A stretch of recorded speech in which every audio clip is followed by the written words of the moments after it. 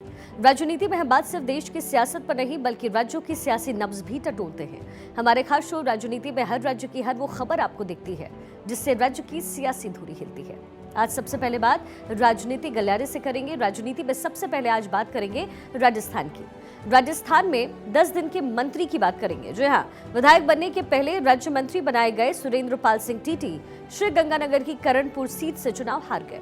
कांग्रेस उम्मीदवार रुपिंदर पाल सिंह से मंत्री सुरेंद्र पाल सिंह टीटी तकरीबन 11,000 वोटों से चुनाव हार गए हैं। फिर हम ले चलेंगे आपको मध्य प्रदेश के पूर्व मुख्यमंत्री शिवराज सिंह चौहान का एक वीडियो जबरदस्त वायरल हो रहा है, जिसमें शिवराज सिंह चौहान बैंड बाजा संचालकों से कहते हुए नजर आ रहे हैं कि ढोल ताशे बजाओ, कोई रोकेगा तो मैं हूं ना। हाल ही में लाउडस्पीकर की तेज आवाज पर मोहन यादव सरकार ने पाबंदी लगाई है। तीसरी खबर होगी दिल्ली से गिरफ्तार आईएसआईएस आतंकी शहनवाज आलम ने जांच एजेंसियों की पूछताछ में बड़े खुलासे किए। जांच में सामने आया है कि आतंकी शहनवाज घर में ही आईईडी बना रहा था और गुजरात के कई इलाकों को तहलाने की तैयारी थी। वहीं बारिश के बाद देश के कई सूबे में सब्जियों के दामों में भारी उछाल आया है। खासकर लहसुन और अदरक के दाम आसमानों पर है।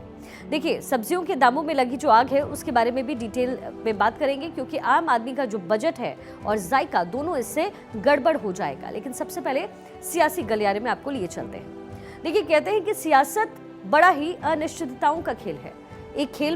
इस खेल में कब बाजी पलट जाएगी किसी को कुछ नहीं पता।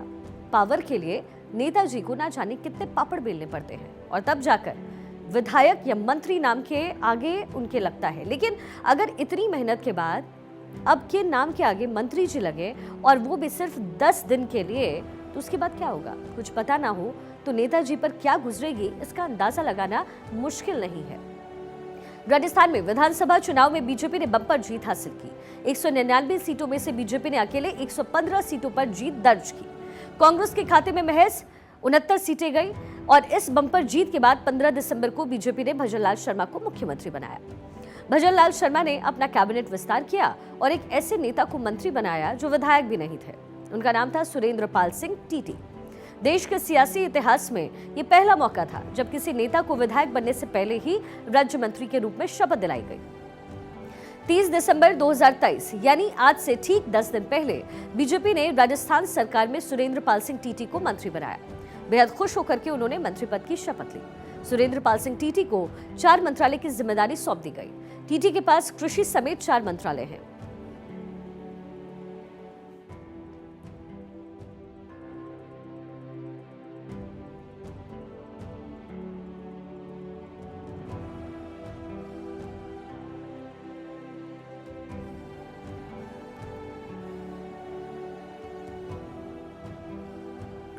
तो बीजेपी के इस फैसले ने सभी को इसलिए चौंका दिया था क्योंकि सुरेंद्र पाल सिंह बिना चुनाव लड़े ही मंत्री बन गए। लेकिन अभी इम्तिहान बाकी था, क्योंकि मंत्री बने रहने के लिए सुरेंद्र पाल सिंह टीटी को विधायक बनना जरूरी था। मतलब उन्हें चुनाव लड़ना था और जीतना था। बीजेपी ने सुरेंद्र पाल सिंह टीटी को करणपुर उपचुनाव में अपना प्रत्याशी बनाया। कांग्रेस ने रुपिंदर सिंह को मैदान में उतारा। दरअसल नवंबर 2023 में जब राजस्थान में विधानसभा चुनाव हुए तो विधानसभा की कुल 200 में से महज 199 सीटों पर ही चुनाव हुए। श्रीगंगानगर की एक सीट करणपुर पर चुनाव हो ही नहीं पाया, क्योंकि यहां से कांग्रेस के विधायक और 2023 विधानसभा चुनाव के लिए कांग्रेस प्रत्याशी रहे गुरमीत सिंह कुन्नर का अचानक से निधन हो गया। कांग्रेस ने कुन्नर के बेटे रुपिंदर सिंह को इस सीट से मैदान में उतारा था। मंत्री बनने के बाद सुरेंद्र पाल सिंह टीटी अपनी जीत को लेकर के आश्वस्त थे, जीत का दावा पेश कर रहे थे। बीजेपी को भी लगा था कि मंत्री बनाए जाने के बाद टीटी की जीत की उम्मीद काफी बढ़ जाएगी, लेकिन ऐसा हुआ नहीं और मंत्री सुरेंद्र पाल सिंह टीटी हार गए। कांग्रेस के उम्मीदवार रुपिंदर सिंह कुन्नर से मंत्री सुरेंद्र पाल सिंह टीटी को तकरीबन 11,000 वोटों से चुनाव हारता हुआ पाया गया। जो सरदार गुरमीत सिंह कुन्नर को सच्ची श्रद्धांजलि दी है, कर्णपुर की जनता को, मैं 2,40,000 मतदाताओं को, सभी को श्रेय देना चाहता हूं और ख़ास तौर पे युवा साथियों को और मेरी मातृशक्ति को, जिन्होंने मुझे बेटे की तरह, भाई की तरह आशीर्वाद और प्रेम दिया। सारा श्रेय उनको जाता है। कर्णपुर की जनता ने इतिहास बनाया है और पूरे हिंदुस्तान में ये संदेश दिया है भी अब लोग जाग चुके हैं और जो इनकी धक्काशाही है उनको जवाब इसी तरीके से मिलेगा और मिला है, आगे भी मिलेगा। गंगानगर, हनुमानगढ़ जिला दोनों में ही कांग्रेस ने अच्छा प्रदर्शन किया है और मेरा मानना है अभी ये सीट भी लोकसभा की भी कांग्रेस पार्टी ही जीतेगी। जनता ने ये बता दिया कि सरकार मंत्री बना सकती है आदर्श आचार संहिता का उल्लंघन करके बिना जीते हुए, लेकिन एमएलए नहीं बना सकती। स्वर्गीय गुरमीत सिंह जी कुन्नर साहब को सच्ची श्रद्धांजलि वहाँ की जनता ने दी है। ये उनका परिवार है।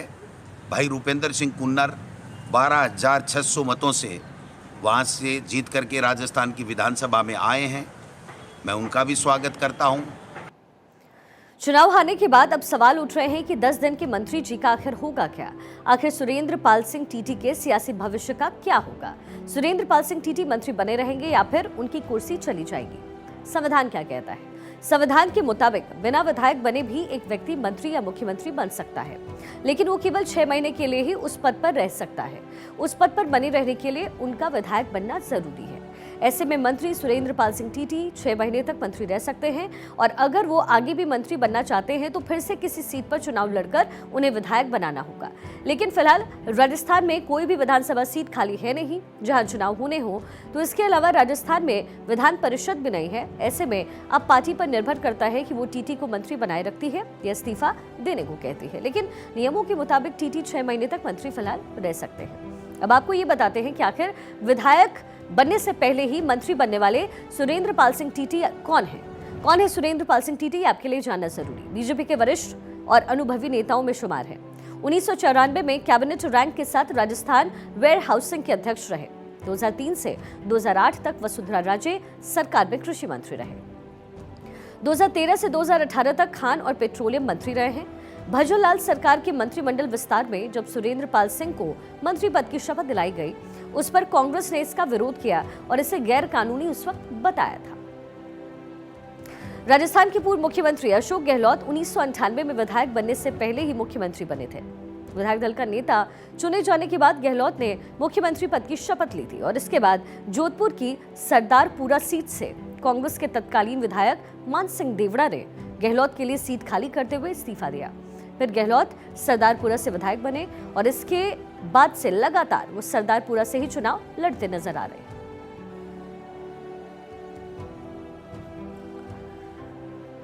चलिए आगे बढ़ते हुए अब मध्य प्रदेश का रुख कर लेते हैं। मध्य प्रदेश की सियासत में एक बार फिर से शिवराज सिंह चौहान चर्चा में हैं। इस बार शिवराज सिंह चौहान अपनी टिप्पणी को लेकर के सियासी गलियारों में चर्चा का विषय बने हुए हैं। दरअसल मध्य प्रदेश के मुख्यमंत्री शिवराज सिंह चौहान सीहोर जिले के भेरुंदा दौरे पर थे और इस दौरान पूर्व मुख्यमंत्री शिवराज सिंह चौहान को बैंड बाजा संचालकों ने अपनी मांगों को लेकर के ज्ञापन सौंपा, जिसमें कहा गया कि मध्य प्रदेश में लाउड स्पीकर पर सख्ती के आदेश के बाद से बैंड और ढोल ताशे पुलिस नहीं बजने देती। बैंड बाजा संचालकों की मांग सुनने के बाद पूर्व मुख्यमंत्री शिवराज सिंह चौहान ने डीजे बैंड वालों से कहा, आप ढोल बजाओ, ताशे बजाओ, आप बैंड बजाओ, कोई रोक नहीं है और कोई रोकेगा तो मैं देख लूंगा। आप बैंड बजाओ, आप ढोल बजाओ, आप ताशे बजाओ जी, कोई रोक नहीं है, कोई रोकेगा तो मैं देखूंगा। दौड़ते हैं। कौन ने कहा? हमारे मारने भी दौड़े थे हमको। कौन? वो एक पुलिस वाले थे जो हमको मारने दौड़े। बजाओ, मैं आज तक लेके जाऊं। शादी आदि में कोई ढोल बजाने की रोक नहीं है। डीजे पे है, ढोल पे थोड़ी है। हाँ, तो हमें मारने दौड़ते हो। गौरतलब है कि मध्य प्रदेश में लाउड स्पीकर की ज्यादा आवाज पर पाबंदी है, लेकिन शिवराज सिंह की हालिया टिप्पणियों पर अगर नजर डालें तो शिवराज सिंह चौहान उखड़े उखड़े नजर आ रहे हैं। तारीख 7 से 8 दिसंबर 2023 और जगह छिंदवाड़ा और गुना की आभार सभा। मामा और भैया से बड़ा कोई पद नहीं है। उन्होंने कहा इंद्र का सिंहासन भी इसके आगे बेकार है। अब तारीख है 13 दिसंबर 2023, जगह थी भोपाल। अपने लिए कुछ मांगने जाने से बेहतर है मैं मर जाना पसंद करूंगा। तारीख 14 दिसंबर 2023, जगह थी भोपाल। उन्होंने कहा मित्रों अब विदा, जस की तस रख दीनी चदरिया। तारीख थी 9 दिसंबर 2023, सोशल साइट एक्स पर पोस्ट किया उन्होंने और उन्होंने लिखा सभी का राम राम। पूर्व मुख्यमंत्री शिवराज सिंह चौहान की इस तरह की टिप्पणियों पर विपक्ष का कहना है कि शिवराज सिंह चौहान के दिल का दर्द जुबां पर आ रहा है। चलिए आगे बढ़ते हुए देखिए मौसम का मिजाज उन दिनों बदल रहा है। बारिश शुरू होते ही देश के अलग अलग हिस्सों में सब्जियों के दाम आसमान छूने लगे हैं। उत्तर प्रदेश में कई जगहों पर टमाटर से लेकर के तमाम सब्जियों की कीमत 100 रुपए किलो को भी पार कर चुकी है। इसके साथ ही बढ़ती महंगाई की वजह से आम आदमी की प्लेट से कई सब्जियों का स्वाद गायब हो गया है।